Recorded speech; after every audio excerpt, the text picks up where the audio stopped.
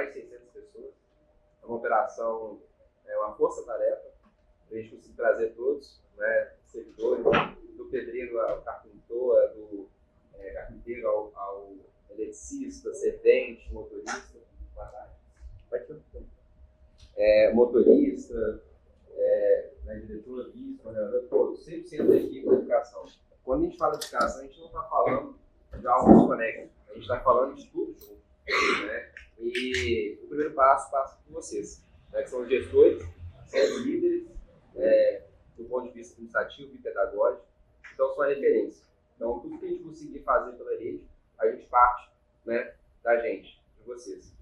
Então, o compromisso é entregar o máximo de suporte, treinamento, para que vocês se sintam seguros, né, a tomar decisões, sintam seguros a assumir alguns riscos junto com a gente, mas quando eu falo risco, é risco com cautela, que muitas vezes a gente tem que tomar uma decisão rápida ali, mas você vai ter sempre uma equipe para, né, embasar as decisões, para comprar essa ideia junto com vocês. A gente está estruturando 100% ali na secretaria, colocando, né, times separados na parte administrativa, pedagógica. A gente tem referência ali de plano orçamentário, contadora, advogado. Então, tudo isso para que os bastidores, somos nós, né, que a gente trabalha para vocês, e por assim vai, a gente possa dar esse suporte que vocês estão pedindo. Hoje estão saindo as normativas, né, Miguel? Sim. Então, finalmente saíram as normativas, que são nada mais... Boa tarde.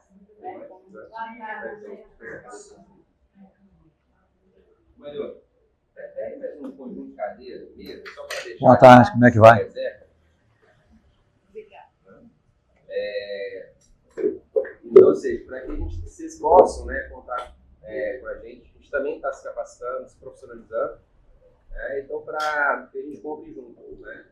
Os desafios são grandes, a gente tem métodos ousados aí para trabalhar, né, a parte de ideia, os índices educacionais. A proposta é que a gente, né, tenha a Conceição novamente como referência de educação. Boa tarde. Boa tarde, está integrando agora só pegar para você. Como é que vai? Tá boa? Um cara bem grande. Ali.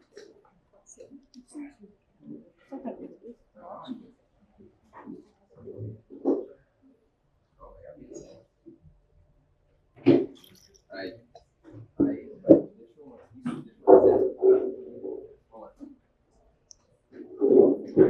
deixa eu fazer. Vamos lá. Quer ajuda aí? Não, tô tranquilo.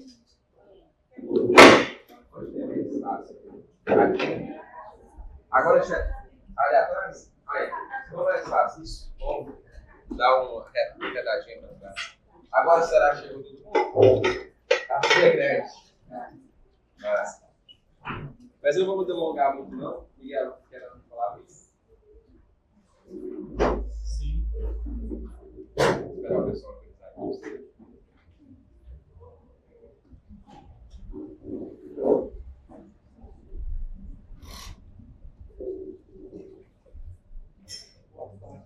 Boa tarde. Boa tarde, como é que vai? Eu acho desnecessário me apresentar, acho que todo mundo conhece, alguns supervisores eu não conhecia, porque eu conheci na reunião que nós fizemos, tá? É um prazer muito grande estar aqui junto com vocês, para a gente começar a pensar e replanejar o ano de 2025. Né? A proposta é aprender com, né? Nós temos muito a aprender uns com os outros. Né? Eu fico contando que nesse mês de janeiro eu aprendi muita coisa com meus colegas de trabalho, com os diretores, que a gente já conversou, com a supervisão, com o pessoal da secretaria. Então, assim, a educação é um desafio muito grande e é um aprendizado muito grande. Eu acho que cada encontro que a gente faz, cada reunião que a gente faz, é uma coisa diferente que a gente vai aprendendo e que a gente não tem conhecido. Né?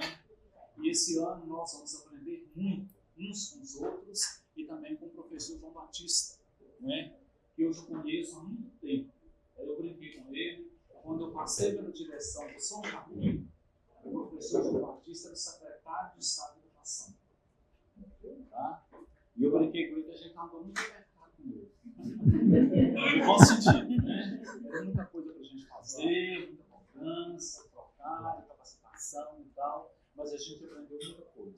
E com certeza temos muito a aprender. Tá? Então sejam todos bem-vindos, que Deus abençoe, nos ilumine, nos dê discernimento para a gente fazer o que precisa ser feito, o que deve ser feito, o que a lei permite que a gente faça. Tá? Então vamos aprender juntos e juntamente com a professora Patrícia.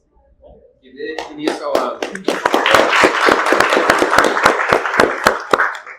Valeu, cara. Obrigado. Boa tarde a todas e a todos. Muito grato pela acolhida, senhora diretora, a equipe da secretaria e vocês, meus colegas. O Guimarães Rosa, no Grande Sertão Veredas, ele fala que mestre é quem de repente aprende. Então você fala que secretário de Estado, Procad, aprendeu. Eu aprendo e aprendo e aprendo a cada dia. E um gosto que eu tenho muito grande nessa altura da vida de prosseguir com o trabalho de consultorias, porque é um modo de você continuar aprendendo. Uma consultoria nunca é igual à outra. As realidades têm características comuns, no marco institucional, curricular, o marco legal, mas as redes são singulares. E a gente tem que aprender com essas singularidades, essas características locais de cada um. E eu tenho o hábito, é a formação que eu tive como sociólogo, antropólogo, trabalhar muito com metodologia de pesquisa, de transformar as consultorias em oportunidade de fazer pesquisa e novos aprendizados. Agora eu tomei juízo, a idade ajuda, né? E comecei a escrever finalmente as coisas. Eu queria até dar uma informação, que é a seguinte: tem um jornal digital chamado O Fator. Você entra no Google, põe lá O Fator, ele vai aparecer. Eu publiquei em janeiro e até esse início de fevereiro 6 artigos de 7, 8 páginas cada um sobre a educação básica brasileira da Constituição de 88 para cá. Vários aspectos e na sequência também cronológica em alguma medida. O último artigo 6º é sobre a experiência de Sobral, no Ceará, que eu vou falar um pouquinho sobre ela aqui. E vem mais 4 artigos, eu completo a série de 10, e ela vai ser editada como livro, um e-book, e também em papel, que eu vou fazer um lançamento nacional para todas as escolas, porque é um modo que encontrei também de contribuir, reunir essas vivências todas, e também as mudanças que houve e continuam acontecendo no Brasil na área da educação básica, e destacando o grande desafio, que nós fizemos uma impressionante revolução educacional pelo lado da criação institucional, pelo lado da inclusão, inclusive dos deficientes, universalizamos o ensino fundamental, universalizamos o ensino médio, universalizamos a pré-escola, ainda estamos a caminho de universalizar a creche, já introduzimos a expansão da escola em tempo integral, 31% das escolas brasileiras já funcionam em tempo integral, porém, até o presente momento, salvo exceções, e ainda são exceções, nós não encontramos o caminho para a segunda revolução na educação básica brasileira, que é a melhoria sustentável, consistente da qualidade do ensino e da qualidade do aprendizado, para garantir a satisfação das necessidades básicas de aprendizagem e o cumprimento da Constituição, que crava como direito do aluno o direito a um aprendizado elevado. Mas as soluções estão no meio de nós. Aqui mesmo, no nosso Brasil, nós temos as soluções e já as tivemos no passado, mas perdemos um pouco na caminhada a perspectiva. Claro que trabalhar com uma rede de ensino, que não é uma rede grande. Eu já trabalhei com Montes Claros, que é gigante, Contagem, fui secretário municipal de educação em Contagem, Uberaba, trabalhei com rede estadual, fui consultor na Bahia, no Ceará e por aí afora. Então, trabalhar com uma rede pequena é não confortável, mas é muito mais agradável, que você fica mais perto da escola, mais perto das pessoas e pode aprender mais e ajudar mais também a melhorar. O meu estilo não é o estilo de gabinete. Eu gosto muito de teoria, mas eu gosto mais de didatizar a teoria na forma de metodologias para diretor de escola. O que um diretor precisa conhecer e saber fazer e como é que faz e faz bem feito. Não adianta ficar na teoria. As faculdades de educação ficam na teoria, as pessoas saem da faculdade de educação, não são formadas como professores, vão aprender a ser professor na escola, e isso leva tempo. Isso precisa mudar. Porque quando não havia faculdade de educação, e nem havia curso de pedagogia, existiam os institutos de educação de nível médio, as escolas normais. E as escolas normais formaram as melhores professoras que esse país já teve. Há professoras notáveis, mas as professoras que saíam jovenzinhas dos institutos de educação e das escolas normais sabiam tudo sobre alfabetização, sobre didática, e não tinha essa sofisticação de hoje, abordagem tal, método qual. As pessoas davam conta do recado e as crianças eram alfabetizadas aos 7 anos de idade, e numa época em que não havia educação infantil. Eu sou de uma família abastada. Meu pai médico, minha mãe pianista, 8 irmãos. Eu sou o penúltimo. Nenhum dos meus irmãos jamais entrou numa escola de educação infantil. Naquele tempo, eu nasci em 48, eu tenho 76 anos, mas tenho uma saúde que segura as pontas, né? Não tem problema nenhum, então vou para a luta, dirijo 2.200 quilômetros todo mês, eu que dirijo, e vamos em frente, que a gente gosta de fazer o que faz. E as coisas davam certo. Agora é preciso dizer uma verdade. Naquele tempo, não é uma utopia, não é uma coisa idílica. Quem é que chegava ao antigo grupo escolar? Não era o povo brasileiro. Era muito pouca gente. Uma escola linda como essa, um prédio como esse, na localização na praça, perto da igreja, era a elite social das cidades que chegava. Você não tinha isso nas localidades rurais. A escola na localidade rural era a fazendeira que tinha sensibilidade social, montava por conta própria uma escola e alfabetizava as pessoas. Agora não, nós estamos falando de universalização, inclusive da educação infantil, em localidades rurais as mais longínquas. Nós avançamos muito. Do ponto de vista civilizatório, nós melhoramos muito. Só que agora nós temos que colocar o foco no aluno e o enfoque no aprendizado, que é o grande problema. E não é um problema de Conceição do Mato Dentro. É um problema de Belo Horizonte, é um problema de Minas, é um problema do Brasil, mas dentro do Brasil também nós temos já muitas localidades e até um estado que estão apresentando soluções absolutamente inovadoras para que todos aprendam. Eu quero mostrar um pouco disso. O trabalho que gostaria de fazer envolve 3 dias com a minha presença aqui.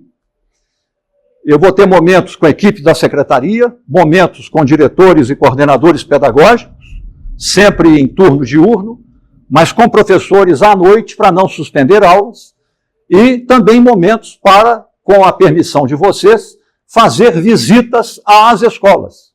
Eu não vou para fiscalizar, observar e avaliar.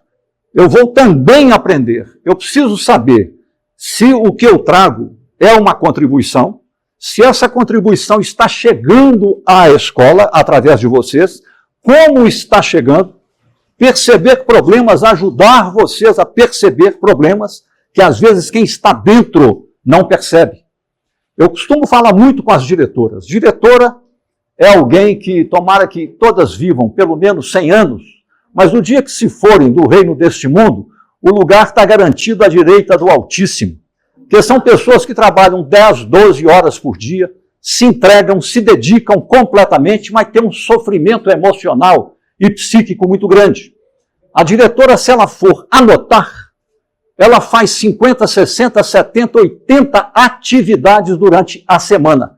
É um menino que machuca, vai para o pronto-socorro, faltou gás, é um problema no fogão, é um problema na geladeira, é um problema hidráulico, é um problema de fundação, é um problema de telhado, é um problema de relação humana que ela precisa mediar e resolver, e assim vai. Quando ela chega na sexta-feira, no final da tarde, ela se dá conta de quanta coisa fez, mas fica com receio de se fazer a seguinte pergunta: fiz tudo isso, fizemos tudo isso, demos o melhor de nós, de boa fé, com os melhores propósitos. Mudou alguma coisa? E você não sabe responder essa pergunta. Aí você fica com angústia de na próxima semana, e na próxima semana, e na próxima semana, fazer uma repetição do mesmo, sem saber se os desafios do aprendizado estão sendo adequadamente vencidos. Eu quero ajudá-las e ajudá-los a pensar coisas como essa e juntos encontrarmos soluções aprendendo com as práticas de cada escola. Aprendendo com as práticas de cada escola e valorizando-as. Eu sou muito da cultura escrita. A escola brasileira é muito da cultura oral. A escola brasileira não faz registro. A escola brasileira faz todo ano o censo escolar na matriz do MEC, manda para a secretaria que manda para o MEC. Se você chegar a qualquer escola brasileira e pedir um estudo analítico comparado dos dados do censo escolar daquela escola dos últimos 5 anos, nenhuma escola vai te apresentar, que as escolas não foram treinadas para fazer processamento da informação, análise da informação, informação que ela mesma produz. Como nós também, profissionais na escola brasileira, registramos muito menos do que é necessário registrar. Por exemplo, onde dá certo e todos os alunos, sem exceção, aprendem, ainda que aprendam de modo diferenciado, mas não desigual. Desigual é quando tem aqueles que ficam em analfabetismo funcional. Aí não é diferença, aí é desigualdade. Diferente é quando satisfaz as necessidades básicas de aprendizagem e as diferenças se dão aí. Você tem os avançados e você tem os proficientes. Os avançados e os proficientes são diferenças. Agora, quando você tem analfabetismo funcional, o aluno que não aprendeu o básico, aí você tem desigualdade. E as pesquisas mostram que essa desigualdade não é produzida fora da escola pela desigualdade social e econômica ou as características da família. Tudo isso é ambiental, é circunstancial. São desigualdades educacionais, às vezes, produzidas na própria escola, de modo inconsciente. As pesquisas mostram isso com muita clareza. E eu gosto muito de mostrar as pesquisas, disponíveis, inclusive, para consulta na internet, para as pessoas verem que são coisas que não são opiniões pessoais. Elas têm um rigor. E o modo como eu trabalho envolve também o seguinte: é claro, eu tenho um programa de trabalho. Esse programa de trabalho não é lei. Esse programa de trabalho é uma referência e provavelmente irá mudar, acolhendo sugestões que vocês mesmas vão fazer. Eu tenho que levar em conta as demandas das escolas para calibrar e melhorar e aproximar a proposta que eu trago da realidade local. Eu já estudei muito sobre a realidade local, mas ainda é pouco, precisa mais, precisa conhecer, precisa conviver com vocês, conhecer a rede, ir a algumas escolas e ampliando esse conhecimento de modo mais concreto. Mas, como eu fui o coordenador do PROCAP e do PROCAD, na época que eu fui secretário de Estado, final da década de 90, eu fiz adaptações e trago isso nas minhas consultorias. E a proposta que eu tenho, eu vou pedir a ajuda da secretaria para que chegue aos diretores e aos coordenadores pedagógicos como proposta para vocês, inclusive, fazerem sugestões, introduzirem algum tema ou alguns temas diferentes, mas eu gosto muito de trabalhar da seguinte maneira: as nossas sessões de formação não serão aulas. Eventualmente eu vou dar alguma aula, mas serão basicamente oficinas e seminários. Toda sessão de formação tem que ter um produto. Se eu falo aqui sobre projeto político-pedagógico de escola, e eu trabalho muito com isso, tem que ter uma apresentação da escola, depois uma introdução, aí vem os capítulos do diagnóstico e assim por diante.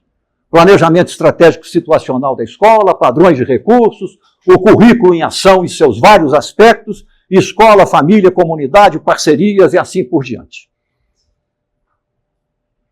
Eu não vou falar em teoria. Como é que eu faço? Eu criei uma metodologia com um roteiro para cada capítulo. Como é que faz um diagnóstico? Como é que eu trabalho os dados de matrícula? Como é que eu trabalho os indicadores de eficiência? Como é que eu trabalho o resultado da avaliação externa? Como é que analisa? Resultado de avaliação interna? Como é que projeta a meta? Então, aprender a trabalhar com as bases de dados e analisar isso. Então, nós vamos fazer experimentos juntos, resolver as dificuldades, mas nós vamos ter tarefa. Eu venho no mês, passam-se 30 dias, quando eu retornar, vai ter um produto que vocês vão ter a gentileza de me apresentar em PowerPoint aqui. Eu vou assentar e assistir 2 apresentações. Uma de anos iniciais, outras de anos finais. Parece que a parte da educação infantil vai trabalhar separado, né? E nós vamos comentando em cima dos produtos de vocês. As dificuldades que são naturais, eu não só vou trabalhar com um grupo grande, mas às vezes eu vou convidar a equipe da escola para trabalhar somente aquela equipe comigo durante 1 hora ou 2 horas, que eu vou ajudando em cima dos problemas concretos, para nós irmos resolvendo aquilo. Eu não faço nada no lugar de alguém. Eu vou orientando para que o produto seja um produto de excelência e vocês tenham orgulho como autoras do projeto político-pedagógico da escola. Ah, mas já temos um projeto, vamos rever. Tem muita coisa nova acontecendo. Vamos rever e fazendo de um modo mais adequado. Então a gente vai trabalhando isso, algumas pequenas aulas, muita oficina, muito seminário. Vocês vão precisar ler. Vocês vão escrever como nunca escreveram na vida, mas vocês vão escrever sobre a sua escola. Sobre a sua escola. Vocês vão escrever um livro chamado Projeto Político Pedagógico da Escola. Em grupo, escola. Eu vou ajudar todo mundo. Eu já fiz isso em incontáveis municípios. Eu vou trazer alguns exemplares, inclusive da educação infantil, para vocês verem o que as pessoas produzem. Uma das minhas últimas consultorias foi em Itacarambi, a 750 quilômetros de Belo Horizonte. Por que eu aceitei? Aquela longura. Eram 6 horas até Montes Claros, eu dirigindo, a caminhonete me apanhava em Montes Claros e me levava lá, em Itacarambi, região indígena do Chacriabá, do Parque Nacional Cavernas do Peruaçu. Eu fui porque era um IDEB baixíssimo, uma região dos mais baixos IDEBs de Minas Gerais, os piores, uma população mais de 50% indígena, que a educação lá estava destroçada, mas tinha uma secretária municipal de educação, uma indígena, com uma garra, uma vontade de acertar.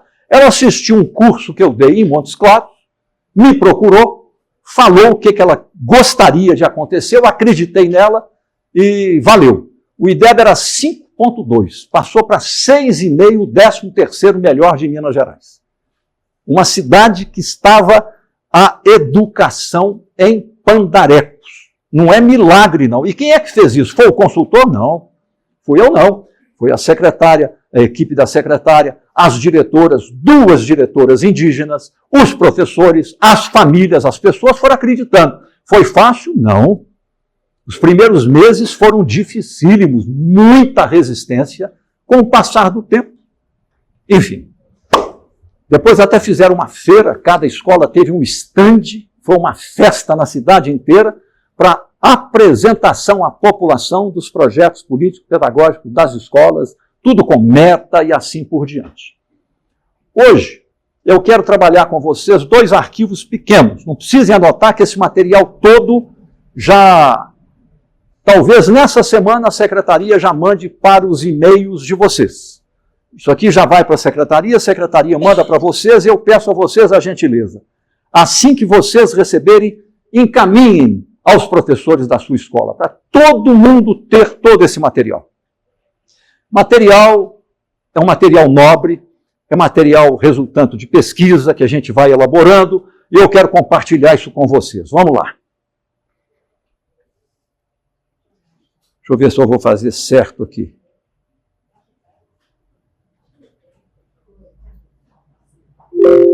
Ai. Aqui nós temos resultados do Índice de Desenvolvimento da Educação Básica no Brasil. Uma lâmina à frente eu vou falar sobre a Prova Brasil, que é um pouco mais complicado. O IDEB distribui notas numa escala de 0 a 10. 0 a 10. E cada nota dessa tem um significado. Essa nota é uma média que reúne matemática e língua portuguesa e mais um peso ponderado pequeno do fluxo escolar, no caso, a aprovação. Mas é uma média. Quando nós vemos aqui, por exemplo, uma nota como 5,7, não significa que todos os alunos da escola avaliados ficaram na nota 5,7. Tem aluno que chegou em 6, 6,5, 7, 7,5, 8. Mas tem o inverso. Aluno que ficou com 5, 4,5, 4, 3,5, 3. Por isso é uma média. Média é uma abstração matemática que representa uma totalidade diferenciada. Então, quando é média, você tem além da média e aquém da média. São valores baixos, portanto, preocupantes. Brasil, se nós olharmos historicamente de 2007 a 2023, lembrando que a nota IDEB é baseada no resultado da Prova Brasil. Recordando que a Prova Brasil é aplicada no Brasil inteiro aos alunos do 5º ano, do 9º ano e com o nome de SAEB no ensino médio, a cada 2 anos, anos ímpares. Leva-se 1 ano para corrigir e divulgar os resultados nos anos pares. Né? A edição começou em 2007, tem alguns que tem de 2005. Olhem o Brasil, por exemplo, 4, 4.4, 4.7, 4.9. Nós levamos aqui 2, 4, 6 anos, no intervalo de 4 a menor do que 5. O intervalo 4 a menor do que 5 é crítico. Abaixo de 4 é muito crítico. De 5 a menor do que 6 é básico. Na verdade, é um pouquinho acima de crítico, mas não é proficiente. Não é proficiente. De 6 a 7, você tem um proficiente 1. De 7 a menor do que 8, você tem um proficiente 2. A partir de 8, você tem escalas de avançado. O ideal da educação é a excelência. O que é a excelência? Quando todos os alunos, sem admissibilidade de exceção, mas tem os deficientes, tem um outro padrão de avaliação, estão na excelência de 9, caminhando para 10. Por exemplo, Sobral.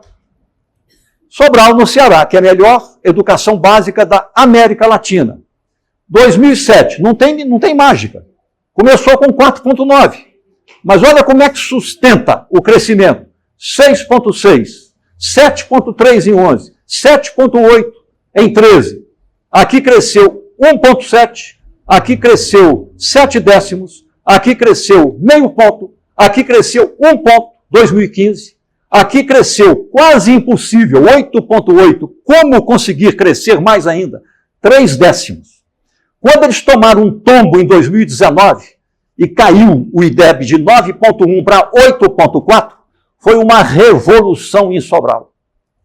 Uma revolução. Eles passaram 1 ano estudando e identificando, sala de aula por sala de aula, escola por escola, por que perderam 7 décimos ao invés de progredirem. Alguns teóricos diziam, mas 9.1 é impossível manter uma marca tão alta, com 30 mil alunos na rede, durante muito tempo. Pois bem, 8.4. Aqui veio a pandemia, mas olha o que eles conseguiram em 2023. 9.6. Aqui, se é uma média, você não tem ninguém, praticamente ninguém, com menos de 8,5. E tem muita gente com 10. Ou seja, os alunos da rede municipal de Sobral sabem tudo. Qual é o currículo que eles trabalham com ele? A BNCC, exceto em língua portuguesa, especialmente leitura, matemática e ciências, que eles adotam o currículo europeu do PISA, aquela prova mundial aplicada a alunos de 15 anos, cujo currículo é muito mais exigente do que o currículo da BNCC brasileira. Lá eles já trabalham com esse currículo, 9,6. Quem são esses alunos? Filhos das pessoas que trabalham limpando as ruas da cidade, filhos de operários, filhos de agricultores familiares, filhos de funcionários de comércio, funcionários de serviço. Mas as classes médias e os ricos de Sobral fecharam as escolas particulares e puseram também os filhos, que são minoria, nas escolas municipais. São as melhores escolas do Brasil e da América Latina.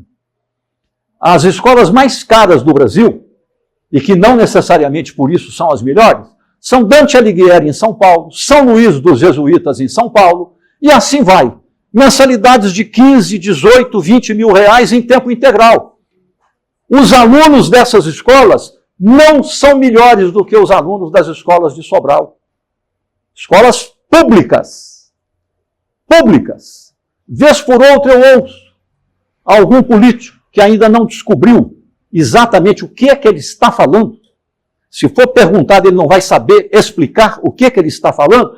Ah, tem que privatizar. Supostamente, se passa a ser privado, vai trazer exemplo e vai ser melhor. Não são melhores. 98% das escolas particulares no Brasil não sabem o que fazem. São medíocres. Tem 2% de excelência, mas não são melhores do que essas aqui, não. E Sobral se esparramou para dentro do estado do Ceará, que é o melhor do Brasil hoje em educação básica nos anos iniciais, penetrou o Piauí e está repercutindo no Alagoas. São hoje, dentre os 5 melhores estados em educação básica no Brasil, 3 são nordestinos. 3. Nós já fomos os melhores. Estamos longe disso hoje. Já fomos os melhores, não somos mais. Então a gente tem que olhar o que está acontecendo. Mas voltando, vocês observem, o Brasil estacionou no patamar de 5 a menor do que 6. Quando isso acontece repetidamente, você tem um fenômeno altamente problemático que a física chama de inércia. Inércia. Perde qualquer capacidade de alterar o movimento. É como se todos estivessem satisfeitos com esse patamar, que é um patamar medíocre. Não avança. Não avança. 5,7, 5,5, volta para 5,7. Olha Minas Gerais. Olha Minas Gerais, que foi primeiro lugar na avaliação nacional de 1997. 4,6, 5,5, 5,8, 5,9. 6 anos nós ficamos no 5. Tudo bem, entramos na casa do 6. 6,1, 6,3, 6,3. Aqui foi pandemia, 6,1. Estamos retrocedendo. Não alcançamos o patamar maior de 6,3 de 2017 e de 2019. Isso com um agravante. Quando vem a propaganda governamental, e justiça seja feita, não é somente o atual governo de Minas Gerais, sucessivos governos em Minas Gerais falam dos anos iniciais, porque a média IDEB chegou no patamar do 6, 6,1, 6,2, 6,3, mas silenciam sobre os anos finais, que é 4,7. Ocultam o ensino médio, que é 4. Sabe o que significa o ensino médio com a IDEB 4? Que é o da rede estadual do nosso estado. Eu fui secretário de Estado de Educação e tinha paixão pelo trabalho. Então, é doloroso para mim dizer o que eu vou dizer.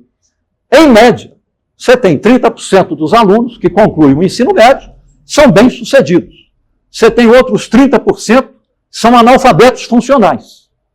E você tem 40% nesse patamar que eu estou dizendo, que a cultura curricular, o domínio cognitivo que eles têm da língua portuguesa e de matemática é um domínio esperado de um aluno concluinte do 7º ano ou do 8º ano do ensino fundamental.